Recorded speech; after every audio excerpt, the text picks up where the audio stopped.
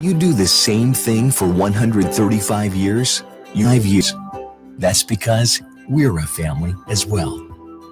When your family loses a loved one, we're here to help. We're Brown Funeral Home in Martinsburg, Inwood, and Charlestown, Ranson. We're here when you need us. We have the tools, we have the talent. It's Miller time. It's Miller time on Talk Radio WRNR. A look at local sports with the play-by-play voice of local sports, Matt Miller. Well, good evening, everyone, and welcome into Miller time on this Tuesday that feels like it should be a Wednesday. We were just discussing before going on air that this seems like it's a slow-moving week, and we're only into day 2. And it seems like you and I haven't been in studio together for all summer. It's good to see you again. It is. It's been, a week and a half?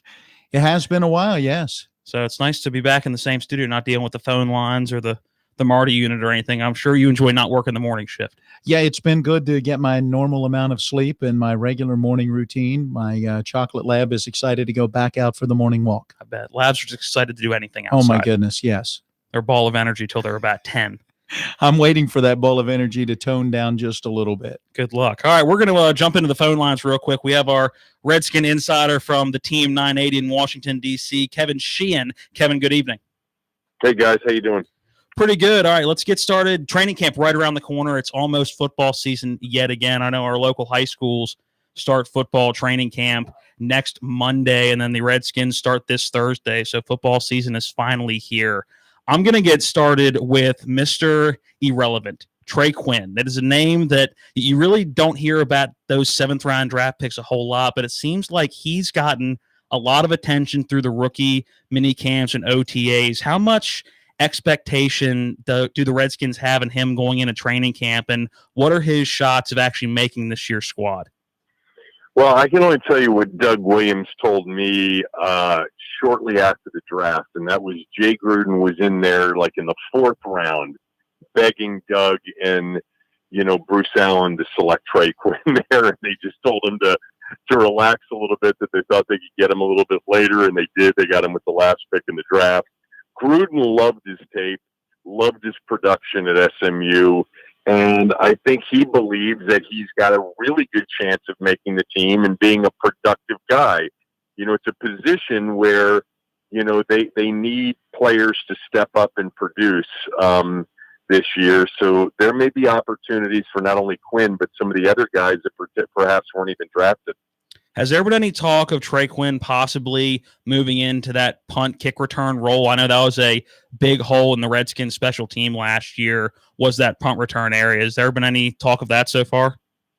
Yeah, him and Stroman, the corner that they picked from Virginia Tech, who was Tech's, punt returner the last few years. I think both of those guys have a chance.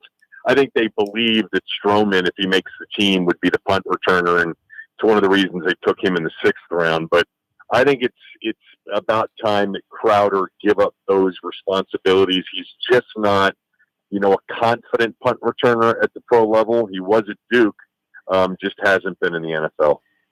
When you look at the off-season changes for the Redskins, is there a different sense with camp about to open, maybe a different enthusiasm going into Thursday? Well, the big difference between this year and last year is you don't have franchise tag contract talk, hanging over almost every discussion about the team. And I think that'll be helpful. I really do. I think that was an issue. The player and the team, there clearly wasn't, a complete, sort of trust in each other. So they've moved on from that. And I think they're going to be better off without that. Now, Alex Smith becomes the primary focus. It's like they've got a guy that they believe is an upper half starter, if not, top 10 starter. And a lot of the conversations about him and just in general about how they feel their roster is a bit underrated. They really do. They think it's a roster that if it had been fully healthy last year, and it wasn't, that it would have been a 9-10 win team. And they think it's better coming back. Looking at training camp down in Richmond again this year, do the players like to get away for a little bit? I mean, they have their regular practices throughout the season in Ashburn. Most of them live in the Ashburn area. OTAs were in Ashburn. Do they like the travel schedule and getting to get away for a little bit and go down to Richmond? My guess is most of them don't. They prefer to be in their own homes and practicing in Ashburn. But, the Redskins have gotten, they've gotten a pretty good deal from the city of Richmond and the facility there. And I think, the coaching staff believes it's been helpful to get away for a few weeks. It certainly hasn't resulted in a team that's super close knit and, results in 12-win seasons at this point. But, I think that the organization probably prefers it. But if they weren't getting paid to do it, guys, they wouldn't be there. As you go into this training camp, is there a particular area that stands out that will draw the most attention? I mean, obviously, you mentioned the new quarterback situation, but, when you look at wide receiver, who are the guys that are going to catch that football? When you look at running back and, who's going to emerge as that lead guy carrying the football, are there positions like that or other positions that kind of jump to the forefront? Yeah, Darius Geis, their second-round pick from LSU, the running back, is probably the most anticipated rookie debut, will be the most anticipated rookie debut since RG3. I don't think the fan base has been this excited about a draft choice since Griffin, and that includes John Allen from last year. So there's a lot of anticipation for him. And I think that there is a general sense from most fans that the Redskins defense has a chance finally to be competitive. They were pretty good early in the year last year. Then the injuries came and they weren't nearly as good. But with John Allen and Deron Payne and Matt Ioannidis, they re-signed Zach Brown and Mason Foster. They lost maybe their best young player in Kendall Fuller. He was involved in the trade to bring Alex Smith here. But they love Monte Nicholson at safety, their fourth rounder from a year ago. Josh Norman's healthy. I think there is a sense that defensively they have a chance to be so much better than they've been, and that alone will give them a chance to be competitive. Their defense has just been atrocious for years and years on end. It got off to a great start last year. If they get those guys back, which they should, healthy, add more players like Deron Payne, Tim Settle to the mix, and I think they think that their defense can be much improved.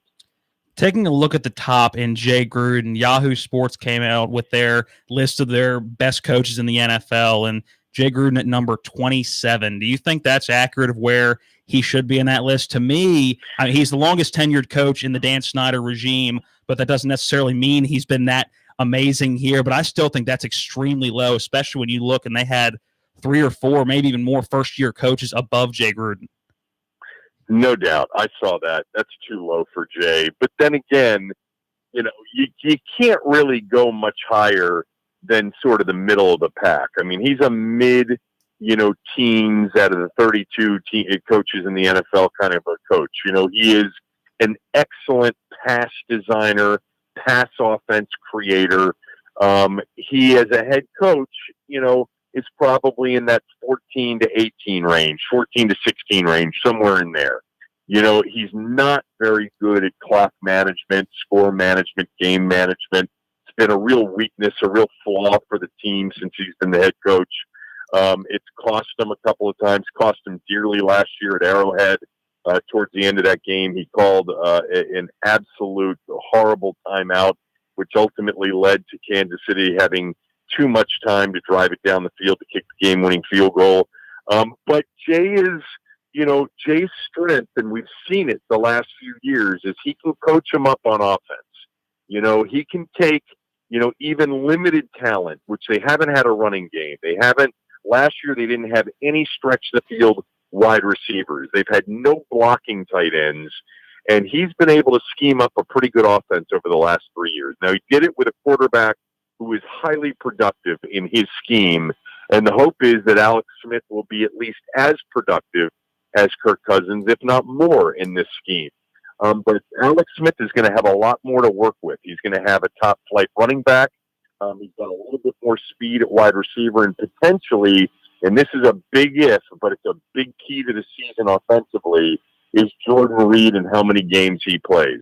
He played 6 last year. He's got to play 13, 14 plus games for this team to really have a chance to be decent offensively. He's been the key the last few years. When he's been on the field, they've been very difficult to stop. When he hasn't been on the field, they've really needed their quarterback the last 3 years to really make a lot of plays to keep them competitive, to keep them, on the field moving the sticks. Reed's a big key to the season. You mentioned being competitive, keeping competitive. How competitive can this team be in a very good division in the NFC East? If they stay relatively healthy, last year they were the most injured team in the NFL in terms of games lost. If they stay relatively healthy, if they get really good luck with health, this is on paper not a bad roster. There aren't a lot of weak areas. They don't have a lot of A players, but they don't have a lot of C- players either. This is a team that, could win 9-10 games if they're fully healthy and compete for a playoff spot. Of course, the landscape in the NFC is brutal, at least on paper, going into the season, and we know how that usually plays out. It usually changes so significantly year to year. But last year, if they had won 10 games, they wouldn't have made the playoffs. Philly looks like a juggernaut. The Redskins don't get the benefit of potentially facing Philly early when Carson Wentz may be out. They play both of their games late in the year with Philadelphia, both of them in December. So it's a tough schedule. It's a tough start after Arizona. They've got Indy potentially with Andrew Luck, and then Aaron Rodgers, and then they've got Drew Brees.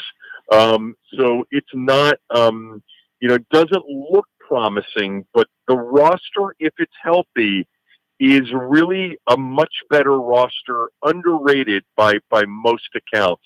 I think if they stay healthy and they've got their first teamers in there for most of the way. Kevin, we appreciate the time and look forward to talking throughout training camp and as the season gets closer. It's my pleasure, guys. Anytime. Thanks. Kevin Sheehan from the Team 980 covers the Redskins as part of the Redskins broadcast team. He joined us on the WVU Medicine Berkeley Medical Center talk line. And one thing that always sticks out to me when you're talking about the Redskins, and this is whether you're talking to a fan, whether you're talking to somebody within the organization, is Jordan Reed. And every time, it's something I've said too, but you want Jordan Reed to play 13 games. I just think it's funny how that's your expectation. We really hope that Jordan Reed can play 12, 13, 14 games. Everybody else on your roster, you're hoping is there the entire season. But just being the glass man that Jordan Reed is, everybody's always just hoping. That's all you hear is we want him to be there for 13 or 14 games. Well, and hopefully he can be. I don't know what was in the water in Ashburn that created all of those injuries last year, but clearly they have to be hopeful that going into this new year that they can be a healthier football team. And, what do you do to make sure that happens? I don't know. Nothing.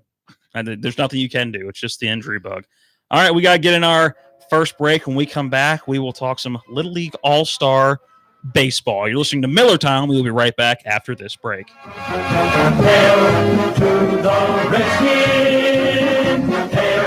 It's that time of year again. I'm Ron Springer, head golf professional at the Woods, and I'm excited to announce the second annual Tournament of Champions on October 5th. Want to dethrone the 2017 champs? Now's the time to enter your team into one of the many qualifying tournaments here at the Woods. Not only can you win more money for your sponsoring organization, you can also win great prizes for you and your teammates. For a list of qualifying tournaments, see ads in the Journal, Around the Panhandle, and at thewoods.com. It's on.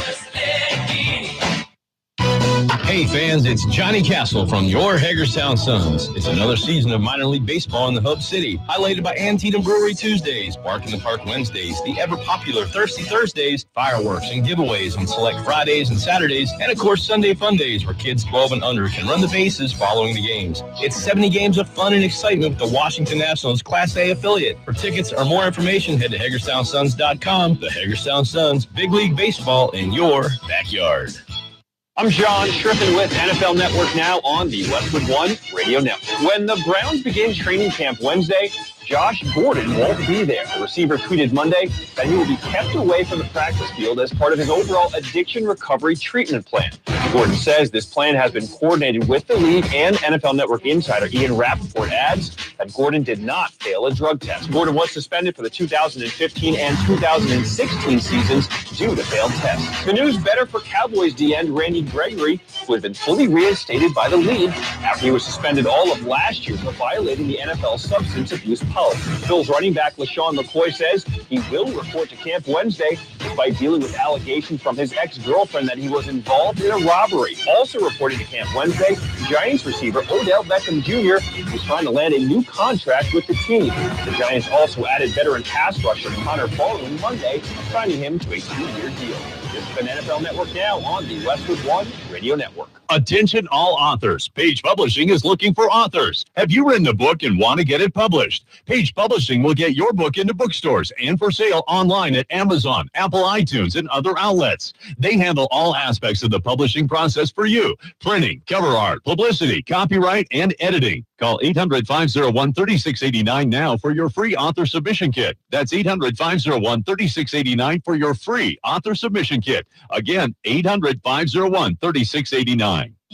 Only the top athletes in the world can make the NFL. But anyone can play NFL Fantasy Football, the official fantasy game of the National Football League. NFL Fantasy provides all the tools you need to build a winning team. Live draft and manage your team from anywhere on your phone. Get expert advice and player projections right in the game. What are you waiting for? Sign up for free today at NFL.com. I'm Joe Ferretti of Ferretti Law Office. The most common question I hear from people injured in an automobile wreck or because someone else was at fault is, can their insurance company do that? If you call Ferretti Law Office at 264-8505, I will answer that question and other questions you have for free. Get educated and get ready to fight back. Call 264-8505 to protect your rights and get the compensation you deserve. Put my 31 years of personal injury and trial experience to work for you. At Ferretti Law Office, we're here to help. Stop by the Big Apple Lounge in Inwood for their weeknight specials. Monday night at 6 wings your way, $3.95. Tuesday night, 8-ounce New York steak, prime choice hand cut on premises plus vegetable, $9.99. Wednesday night, a half a pound of steamed shrimp, large, $8.99. Thursday night, hamburger night, quarter pounder for $1.50. Fresh hand patted all beef burgers are featured. Come by the Big Apple for fun and great food. Located on Sater Drive in Inwood. Open from 8 a.m. until 11 p.m. Monday through Saturday. Sundays, 10 a.m. until 9 p.m.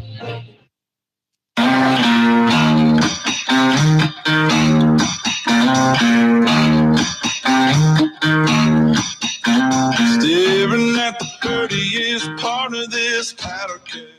You can't see if you're watching on our YouTube WRNR TV channel. You're looking more at the side of Matt, and so you probably couldn't see his lips move, and he was lip syncing with our re-entry song. I was hoping maybe he would just go ahead and pull the mic up and sing right along. Nobody wants to hear that. Come on. Nope, nobody wants. I'll stick to talking about sports. So at the concert, when you're there live, do you sing along with everybody else, or you just move the lips? Well, it's the environment. Everybody's singing. But yeah, I actually sing. It's the environment you're in. So if I would sing with you on that song, then you would sing? No, I'd let you embarrass yourself. Well, don't worry. I don't know the song. Aren't you a pretty decent singer?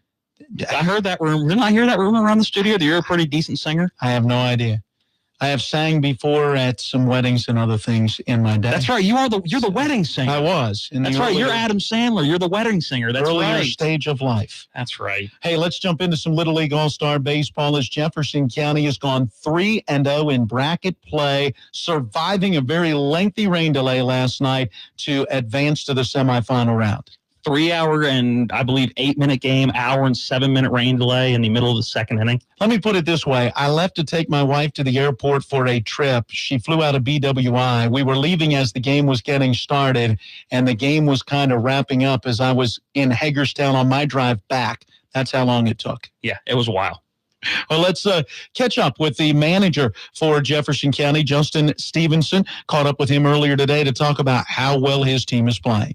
Well, I think the biggest thing for us is we've got great starting pitching in all three games. You know, the starting pitchers went out threw the ball over the plate, gave us a chance to win. We got pretty good defense. The first 2 games, again, against Elkins and CK, didn't really hit the ball, struggled swinging the bat a little bit, came alive last night. I think we had 9 hits last night against Bridgeport. Going back to that game last night, 1 hour and 7-minute rain delay at the middle of the second inning or bottom of the second inning. How difficult is it to keep 10 to 12-year-olds focused for that long of a break? I mean, it's tough, and we've had rain all week down here. They've done a great job down here at Huntington Little League getting these fields ready for these kids. And, we just kind of told them that we were going to play tonight because we knew we had a little window. And just kind of trying to keep their focus because we had momentum in that game. I think we were up 4-0 at the point of the rain delay. Is just keeping their focus to go back out and be ready to play ball. When you talked earlier about maybe not having your best hitting in those first couple of games, how big is it for your team, not only in this state tournament, but as I look back to the area and the district tournament, you all have really been a team that takes advantage of mistakes of your opponents, whether it's walks, hit batters, or errors. Talk to us about that aspect of your team. I mean, we talk a lot about situational hitting. We have runners on second and third, less than 2 outs, hitting that ground ball, hitting that fly ball to get the runners home. And if a team's going to give you 4 or 5 outs, you got to take advantage of it because it's not going to happen very often, especially at this level. There's a lot of good teams down here, and you got to take advantage. At the same time, defensively, we try to preach that. We had a couple innings last night where we gave them 4, 5, 6 outs. You can't do that against a good team. We've been kind of trying to preach that to the kids. With the amount of time you guys have been down there and a day off today, are you going to be able to get some of your better pitching back as you go into the semifinal? Going into the semifinals and hopefully the finals, we'll have everyone available except our starting pitcher from last night, Justin Stickler. We haven't made a decision on who we're going to start tomorrow night, but we will have, everyone available going forward. So, as far as starting pitching, we're sitting in a pretty good spot right now. You've had a couple of days off now in this tournament. Has that been good to have those extra days as opposed to playing almost every day? Well, if you look at, say, a team like Barbersville, that was the 11-year-old state champion from last year, they're getting ready to play their 5th game since Saturday, and potentially the 6th game tomorrow. So we've only played 3 games thus far. So our starting pitching is going to be in a lot better spot than some of these other teams down here. So from that standpoint, having the days off isn't necessarily a negative thing. What does a day off for your players look like in Huntington for this state tournament? We had a day off today. We went this morning, 11 o'clock, had a little practice inside, hit. There's games going on now. So a lot of our kids went over, took a tour of the Marshall athletic facilities, and then they're around the stadium watching baseball right now. When you look at the teams that are still left, teams that you could potentially see in the semifinals and or the championship, how kind of wide open is the field at this stage? At this point, a lot of it's going to depend on who's on the mound, who makes the key plays defensively, and who hits the baseball. Just looking at some of the other teams, really, I think there's 4 or 5 teams still that can win a state title. There's a lot of good baseball players down here. There's a lot of good teams. It's kind of who gets hot at the right time. Coach, as we look at a list of state champions at this age bracket all the way back to the 1950s, I don't see either Potomac, which I believe was the initial name, or Jefferson County Little League on that list yet. What would it mean to this group of kids, to yourself, your coaching staff, to be able to get the state championship? Well, I think Jefferson County has a deep history in baseball, and we've told these kids since the beginning of June they have a good team and a great opportunity in front of them. Now, we lost the first game of the area tournament, and since then we haven't lost a game. We've been playing really solid baseball.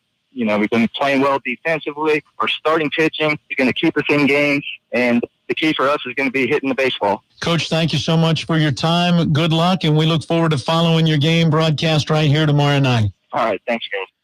Well, that game broadcast tomorrow night with manager Justin Stevenson, who we just heard from, and his Jefferson County 10 to 12-year-old Little League All-Stars will be at 8 o'clock. They'll find out later today who their opponent will be. Meanwhile, in the other semifinal, Bi-State will be playing, so both representatives out of District 6 will have a chance to maybe meet in the state championship. And they've both had a pretty easy run so far through the state tournament. They certainly have. We'll see if it continues. Ryan Epling providing the play-by-play tomorrow night. All right, we've got our bottom of the hour break, and then we're back with more Miller Time.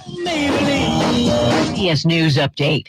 Acknowledging the escalating tit-for-tat tariffs are hurting Americans, the Trump administration announced a $12 billion plan to help farmers affected by President Trump's aggressive trade tactics. Speaking to the VFW in Kansas City, Missouri, Mr. Trump said it will all work out. The farmers will be the biggest beneficiary.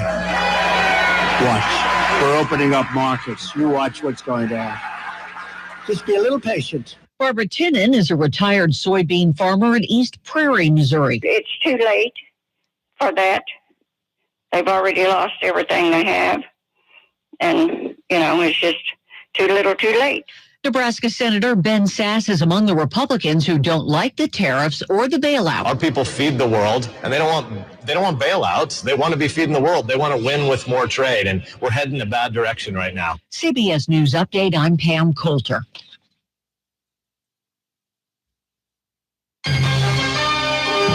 With your local forecast, weatherman Bob Kukin. Flash flood watches remain in effect for us here this evening as some more shower and thunderstorm activity gradually starts to taper off a little bit. There is the potential for a little bit of flooding on some of our roadways here through the evening time with some of the heavier rain. But again, overnight the rain tapers off. We're down to a morning low of just 70.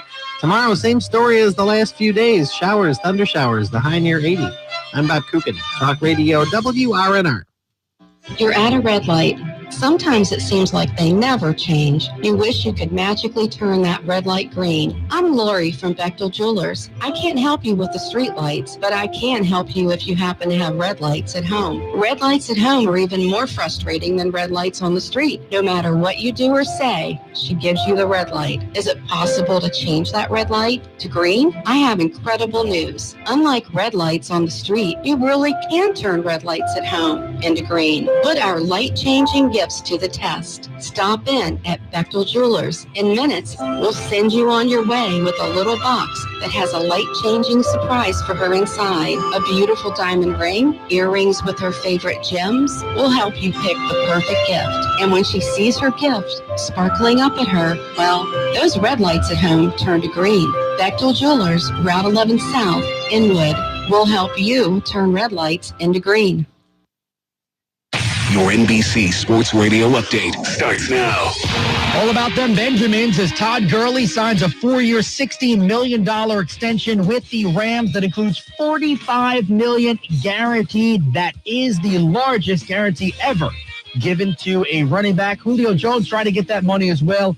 Will not report to Falcons training camp reportedly until his contract is reworked. And the Steelers and Terrell Edmonds, their first-round draft choice, have come to terms 4 years at about $11 million or so, reportedly $6 million in a signing bonus. Kevin Love is remaining with the Cavaliers for a long time, signs an extension 4 years and $120 million. Yankees catcher Gary Sanchez placed on the DL once again, an aggravation to his groin injury. 13 baseball games today, one done from earlier. The Marlins rout the Braves 9-3. I'm Keith Irizarry, and this is NBC Sports Radio. Life is complicated, but your finances shouldn't have to be. At BCT, we simplify your financial life. Bank of Charlestown is a locally owned community bank with 7 conveniently located offices serving the eastern panhandle of West Virginia, Middleburg, Virginia, and their newest office in Hagerstown, Maryland. With over 140 years of experience, BCT is the tri-state area's choice for fast, convenient, and hassle-free banking solutions. Whether you are a high school senior looking for a student checking account, a college graduate purchasing a new car, a first-time home buyer, or investing for retirement, BCT has flexible solutions to fit your lifestyle. BCT is committed to providing everyday ways to simplify your financial life. Also, make sure you are following BCT on Twitter and Instagram at MyBCT or like their Facebook page to see how BCT reinvests local deposits back into the communities they serve. BCT, we simplify your financial life. Member FDIC, Equal Housing Lender.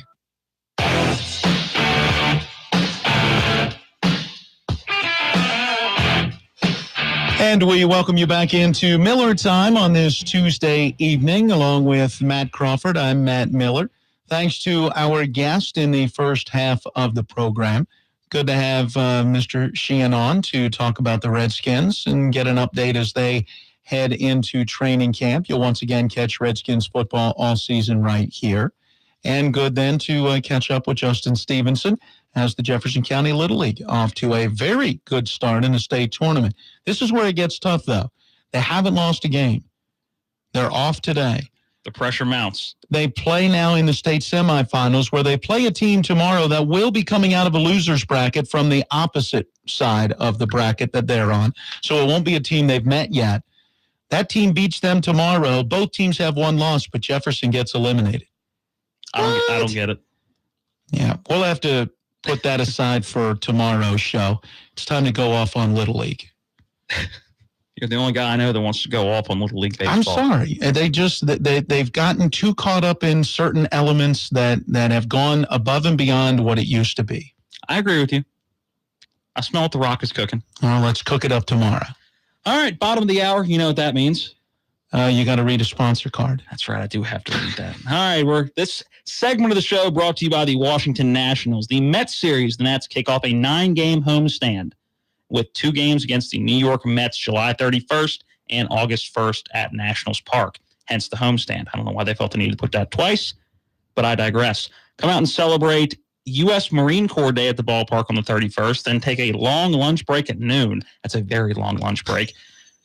On the 1st of August, as they take on the Nats, take on the Mets. Visit nationals.com for information and tickets. All right, that is going to be a very huge 9-game homestand. It will. They better play well. And you know who's a part of that homestand? The Atlanta Braves. And part of that homestand, August the 7th, which you is get for laughing Tuesday. at me for messing up. Stop it. All right. Is now a day-night doubleheader because they got wiped out over the weekend on Saturday. So that now becomes a 4-game series in the course of 3 days. The Nationals have to get wins when they're at home in that home stand. They need to get wins, period. Right. We're at the point in the season where every game's big. It's time to stop looking at the Nationals roster and going, okay, well, by this point in this series, they need to start making a turn in the right direction. They're at a point in the season now where they need to win no matter where they are, no matter who they're facing. And they have to play better, and we'll talk about that in a moment. But now it's time to look at tomorrow in sports history, looking at the 25th of July in sports history. We will also be looking at today in sports history after this segment, a special segment for Matt. Going all the way back to 1900. Get some cricket involved here. Gilbert Jessup, what a name. I wonder if he's related to Connor Jessup. Gilbert Jessup hits his second 100 before lunch in the same cricket match. And we look at each other and go, what in Sam Hill does that mean? We need to get Mr. Hornby in here to explain cricket to us. Definitely. We'll do that. We will. At some point over the summer when it's a down day, before high school football starts, we'll get him in here to talk some crickets. Some cricket. Sorry, not crickets. I know what a cricket is when you talk about it plural. 1920, the Red Sox turn a triple play, but Babe Ruth his 35th home run of the year and leads the Yankees to an 8-2 win. That was very poorly worded. I was going to say, so say that again. So the Red Sox turn a triple play, but lose to the Yankees. Exactly. Yeah, very poorly worded. 1949, Stan Musial hits for the cycle, beating Brooklyn 14-1. Again, pretty good baseball player, if I've read the history books correctly. Stan Musial, very good. 1961, Roger Maris hits home runs number 37, 38, 39, and 40 in a doubleheader. Again, on the 25th of July in 1961. 1972, your 43rd All-Star game was played in Atlanta Fulton County Stadium. The NL gets the win 4-3. 1978, we mentioned him tying a record yesterday, but in 1978, on the 25th of July, the Cincinnati Reds' Pete Rose set the NL record for hits in a consecutive game at 38. It's tough. 38 in a row. The pressure mounts each game. I have no idea how DiMaggio did 56. Right. That's incredible. Apparently, this is a big day in sports history tomorrow. 1990, Roseanne Barr sings the national anthem at a Cincinnati Reds San Diego Padre game. Have you seen the video of that? Is that why that's funny? I've never seen the video. I would think that was forgettable more than it was rememberable. Yeah, I'm guessing. If that's a word. Moving on down the list, we'll do one more before we get into Today in sports history, we got a special segment for you today at the bottom of the hour. In 1999, I should say, the 86th Tour de France. Lance Armstrong wins his first of 7 consecutives.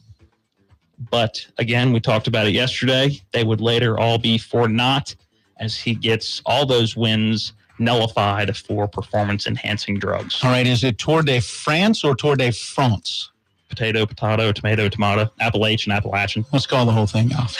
Oh, and let's go back. 1990. You missed the perfect segue. Roll back up just a little bit. There it is. Oh, I'm sorry, the Kansas City Royals. George Brett hits for the cycle. I totally skipped over that.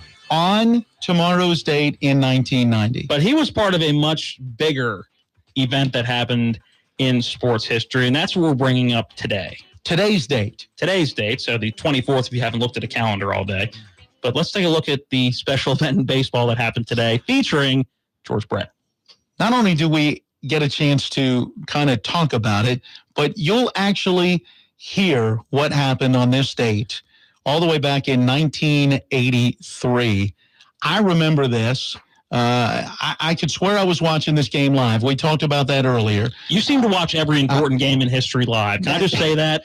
It's not a big video. I remember I watched this game live. Matt, you weren't born yet. It's not true. I was born. I was in high school. I remember this very well. Let's go back to this is a part of the TV call of the Kansas City Royals and the New York Yankees. Now that is the plate umpire, Tim McClellan, with the bat in his hand. Now they're going to measure it across home plate. Well, I've never seen this. I never have either. I don't know what they're measuring. They might be going to call George Brett out. Well, the Yankees win it. He's out. Yes, sir. Brett is out. Look at this. Brett is out. And demon man. He is out and having to be forcibly restrained from hitting plate umpire Tim McClellan. And the Yankees have won the ball game 4-3. Brett is called out for using an illegal bat or with the illegal substance on the bat. Like I said, I have seen this before, Frank, and Gaylord Perry just took the bat away from home plate umpire Jim McClellan. He's going to take the bat. They're going to take it so they cannot take it into the American League office or wherever they take it to be examined. Well, a Yankee security person and one of the umpires quickly are chasing whoever has the bat. Jose Martinez is holding Brett. Bobby, I've never seen this in my life. I've never seen this in my life. If you don't know what happened, the Yankees had a 4-3 lead. Brett in the top of the 9th inning hits a 2-run home run off of Goose Gossage and puts the Royals in front 5-4. Billy Martin comes out and says, no. Check the pine tar on that bat. It goes way too far down the bat. And the umpires got together after a 3 or so minute discussion. They laid the bat across home plate. Home plate's 18 inches in width, and that was the dimension they were looking at as to whether the pine tar went below that on the bat. They ruled him out. Brett came storming out of the dugout, and one of the best bobbleheads ever. I got to find a way to get this bobblehead.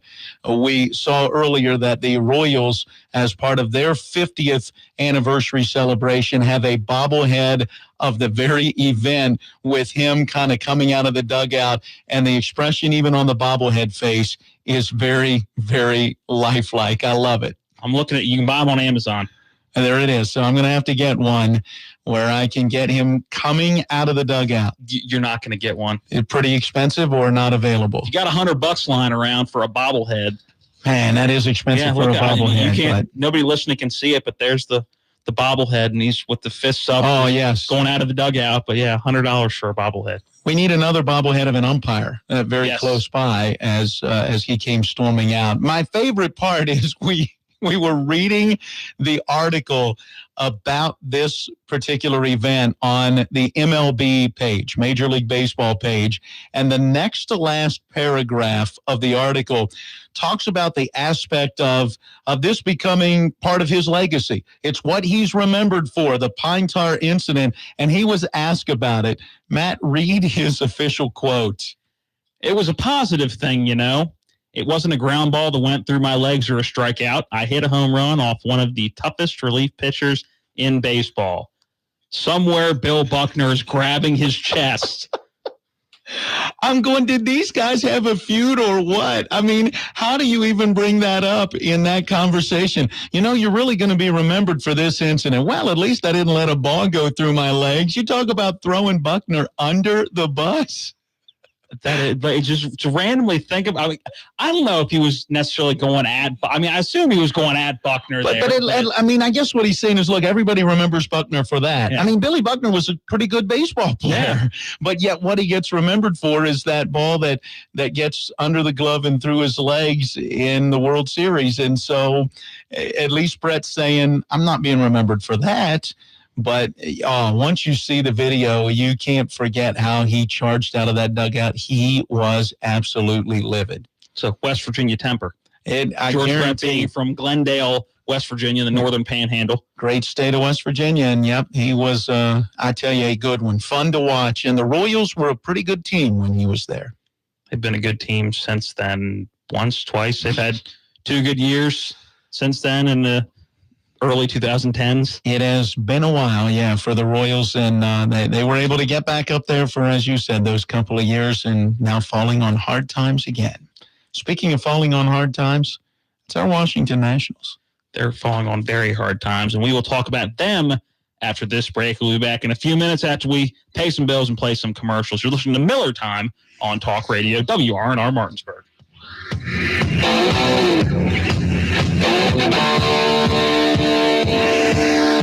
Hello, this is Delegate Mike Folk, candidate for West Virginia Senate District 16. I want to extend my personal congratulations to all the Little League All-Stars this summer. As a former 3-sport athlete and Shepherd football player, I understand the importance of discipline, hard work, and perseverance, something our All-Stars have in common. As you continue your journey through this summer and your life, remember this quote from Hall of Famer Jerry Rice, who said, "Today I will do what others won't, so tomorrow I can accomplish what others can't." Best of luck and have a great tournament.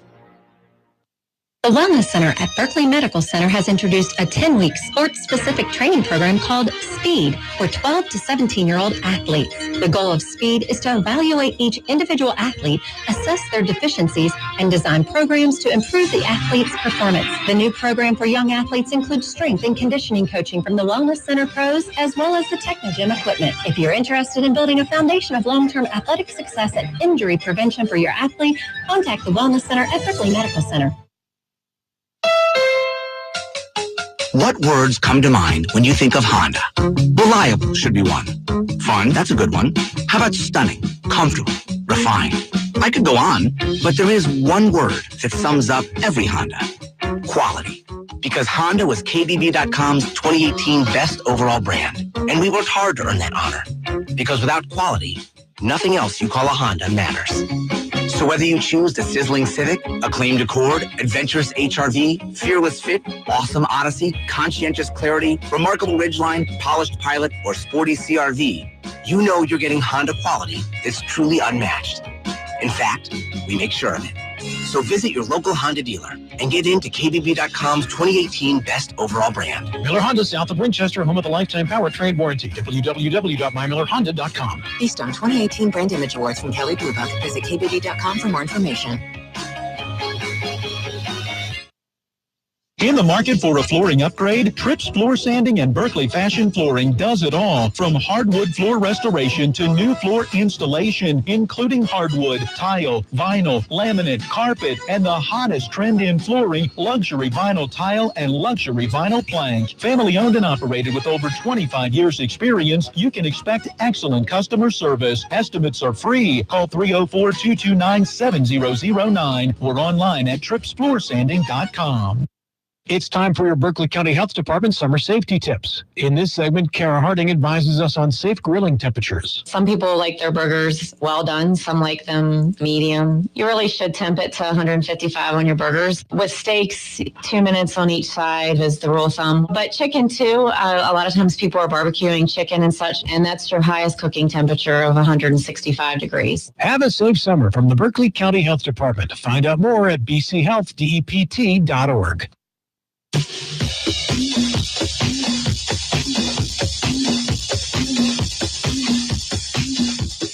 It took me a minute to remember the beginning to the song. I was going to say, I'm back with the Macho Man himself, Matt Miller. Oh, the Macho Man, Randy Savage. The late Randy Savage. Hard to believe how many wrestlers that I can think about, growing up and watching have already passed at a pretty young age. So, very sad. Want to talk some baseball? Let's do it. Dead wrestlers isn't a fun topic to bring up on air, and very uplifting at that. It's certainly a good segue going into the Washington Nationals right now, because they are struggling, and the struggle has gotten under the skin. It's gotten to a point that doesn't make sense to me. Like Bryce Harper not running out a ground ball that, was a double play before the All-Star break a couple of weeks back. And then you look at what happened last night. Trey Turner not going to be in the starting lineup tonight as he squares to lay down a bunt. Yes, the bunt did come down in the batter's box right at his back foot, but it didn't hit his foot. Clearly he didn't think it did because he didn't try to argue the play at all. The ball bounces out into fair territory, where the catcher grabs it, turns, ready to throw to first, and then kind of turns back and realizes Turner's taking off his batting gloves, taking off the little protective elbow plastic piece, and taking off his batting helmet and slamming it down, and never even making an effort to try to go towards first. I don't get it. And you throw in between the Scherzer and Strasburg argument in the dugout and or tunnel going back into the clubhouse. That was Friday night, first game back out of the All-Star break. So you're looking at this going, okay, obviously the way the Nationals are playing is starting to seep into the heads of the Washington Nationals, because it's not just, and again, it's something that you and I have said even going into the All-Star break. I think maybe the Nationals now are looking at this season going, how did we get to this point? How are we at this point? And how are things not turning around at all? Because they aren't. The first half of the season, every now and again, we'd say maybe this is the start of the run. It wasn't. It never was. They put together 2 or 3 wins at a time, and that was about it. But then they go out and lose 3 out of 4 after that. The only run was the month of May. If you take away the month of May, this team stinks. But they had that stretch where they finally got, 10, 11, 12 games above 500 because they put together, 13 wins in 15 games. They were playing good baseball. They took the lead in the NL East over the Braves by a half a game when they were playing the Braves in a series. And I said the famous words that the Nationals are not going to look back. They're never going to give the lead up. That's it. They haven't had the lead since. I was going to say that half-game lead was it. The Braves took over again, and the Nationals from that point on have just been circling down that bowl as they've been flushed. And now it's mental. Now it is. You watch them and go, what are they doing? And I know that there are still guys barely back off of injury. But, okay, Doolittle's not back, but Zimmerman's back now. Strasburg came back and had comes back and doesn't play well. Awful game. His first. Zimmerman has one go through his legs last night. Grounds into a big double play. I mean, that's going to come with not playing for a while, but still, you can look at over the next month and really look at the Nationals and say, okay, they need to win. They need to win a lot, and they need to find a way to get everybody playing well again, or they're not going to make the playoffs. Right now, they're not making the playoffs. No, not at all. Not even close to making the playoffs. They're a sub-500 team right now. The Pittsburgh Pirates are on a 10-game winning streak, longest in a while that they've had in their franchise history, and they're now 3 games above 500. Who going into this season would have ever thought, looking at all of the teams up and down the National League, and especially the Pirates and the moves that they made in the offseason, we're going, Pittsburgh will have a better record in late July than the Washington Nationals. And look at who they played last night. You and I said on air that Milwaukee was up there in the Central, but Milwaukee had lost 8 of 9 going into the game last night. And the Nationals had one highlight, one offensive play. And it was this home run from Daniel Murphy, a solo shot in the second inning. Chassin into the wind. Here's the pitch, swinging a drive to deep right field. Broxton going back, way back, going, and gone. Goodbye. Power stroke returns right here and right now. A line drive home run to straightaway right field for Daniel Murphy. His second of the year, RBI number 13. and the Nationals are on the board. Bang! Zoom goes Murphy. It's Washington 1, Milwaukee nothing. Can you really say power stroke returns right here when you've had one home run in the game so far, and the guy who hit it just hit his second home run of the year? I'm not sure that's the best choice of words right there. I think it's a case of Charlie Slows speaking out of his mouth the wish that was in his head. Yeah. You know, I mean, you see that home run, and that made it 1-0. Hey, the Nationals have the lead on the road. Maybe that stroke is back. I think he's looking at it from that positive standpoint because as a Nationals fan myself, I'm a diehard Texas Rangers fan. They're my number one team, but obviously we carry the Nationals here, and I follow them on that local level and from the NL side of things. And as a Nationals fan, I keep waiting for them to put it together. I thought, hey, they get a win last night. That's 2 in a row.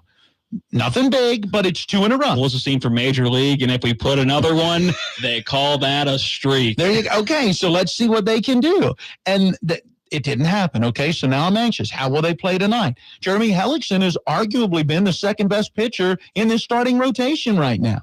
So take away Gio, take away Tanner Roark, take away Steven Strasburg. Jeremy Hellickson is your number 2. I think that's when you start pushing the panic button if you're a Washington Nationals fan, when Jeremy Hellickson is your number 2. Yeah, he was supposed to be your number 5 starter coming in. Yeah, he was a guy that you weren't necessarily going to throw in the rotation. He was just going to be a fill-in. All right, let's go back to the Trey Turner thing. These were Davey Martinez's comments to the media after the game and just what he saw in the play and the disciplinary action that he did or did not take in the game. I actually thought the ball hit him. I thought it hit him in the hands. I was trying to screen inside to see what they saw, and they said he bunted the ball. So I was like, well, why would he walk up the field? In that moment, we're trying to win a ball game, so it's a good chance he won't play tomorrow. Do you have a conversation with him during the game about that, or is that something you kind of? That's something I'll talk to him. I mean, like I said, we're in the midst of trying to win a ball game. It's close. You just gotta let him go play. But it'll be a discussion. That's got to be a discussion in the game. I'm sorry. And I've said this multiple times. I don't know if Davey Martinez is putting on a front for the media or not. But he just, as the season gets to this point, he seems to just be getting softer and softer.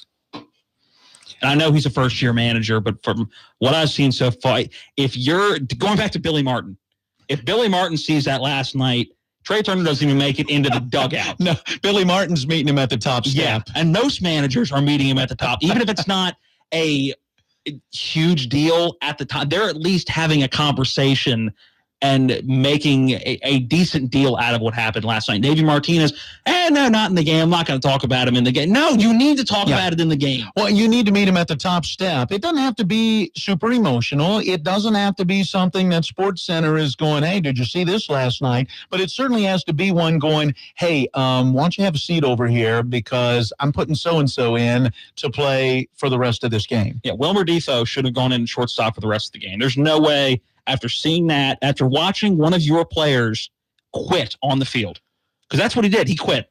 He quit on that particular game last night and was still able to continue to play. Why do you want somebody like that on the field? Sometime this week, and we still have time, we're not only going to talk more Little League, but we've got to begin to address the question, does this team miss Dusty Baker? They do. I think they do.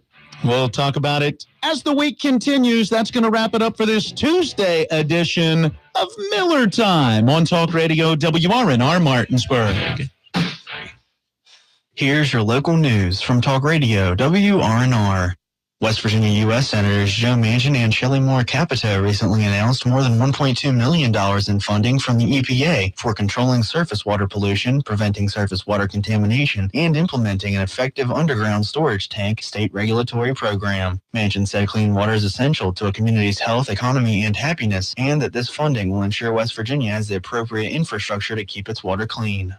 The new Teachers Breakfast for Berkeley County teachers will be held Tuesday, August 14th at the Holiday Inn beginning at 7:30 a.m. The event is a great way to show your appreciation for the county's newest teachers. It's $30 to attend and sponsor a Teachers Breakfast or $15 to sponsor a Teachers Breakfast. In addition to breakfast, teachers will also be gifted a tote bag full of items. To participate in these welcome bags, bring 200 items to the Chamber office by Monday, August 6th at 5 p.m. To register online, visit the Martinsburg Berkeley County Chamber of Commerce event page. I'm Caleb Falero, Talk Radio, WRNR News. Now, with your local forecast, weatherman Bob Kukin. A few scattered showers around the eastern panhandle through the early morning. Temperatures continue to hold very mild in the 70s. Our low at sunrise near 70 degrees. More showers and thunderstorms ahead for Wednesday, and we have the potential for some heavy rain at times. The high near 80 degrees. Rain tapers off finally Thursday into Friday. Partly sunny, upper 80s. I'm Bob Kukin, Talk Radio, WRNR. For the last 34 years, the Martinsburg Bulldogs have been heard on Talk Radio WRNR. Leaping into the air, Cello Tenenbaugh has it. Is he in the end zone? Yes, he is. It's a Martinsburg Bulldog touchdown just inside the pylon and keeping his feet in bounds on the far sideline. Tenenbaugh pulls it in. Join Matt Miller, Vic Holmes, and Jason Colrick for all the 2018 football action on your home for Martinsburg football, Talk Radio WRNR, the Panhandle Sports radio station.